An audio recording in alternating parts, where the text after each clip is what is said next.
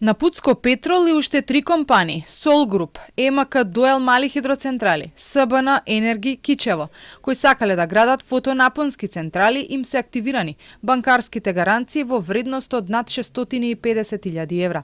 Како што тврдат од Министерството за енергетика, тие не ги почитувале обврските во договорот, односно не ги изградиле централите во утврдениот рок, а не ги посочиле ниту причините поради кои имало застој во процесот.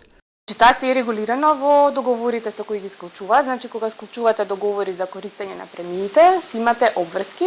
Во случајот кога не биле исполнети обврските, ние пристапуваме да ја заштитиме државата, односно ако не се исполнети обврските од договорот, ги наплаќаме гаранциите.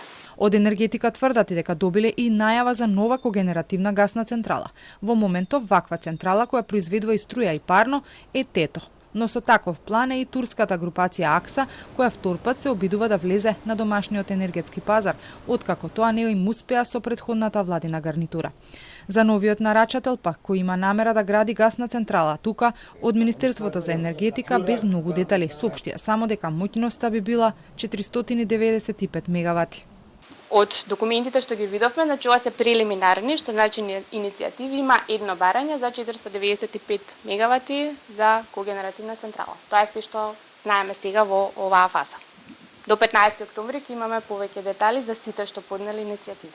Од енергетика соопшти дека во меѓувреме се раскинати 46 концесии за ископ на руда затоа што не ги почитувале договорите и еколошките мерки.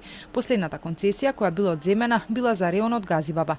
Исто така, поради лошо срочен превод. Член во законот за минерални суровини бил лошо протолкуван, па така излегуваше дека државата ќе ги иселува оние под чии имот проаѓа стратешки минерален пот. Од Министерството тврда дека членот повеќе не е дел од документот. За законот имало и доста забелешки, дел од нив се издржани и ќе бидат метнати, а целосно се очекува да биде готов до крајот на годинава.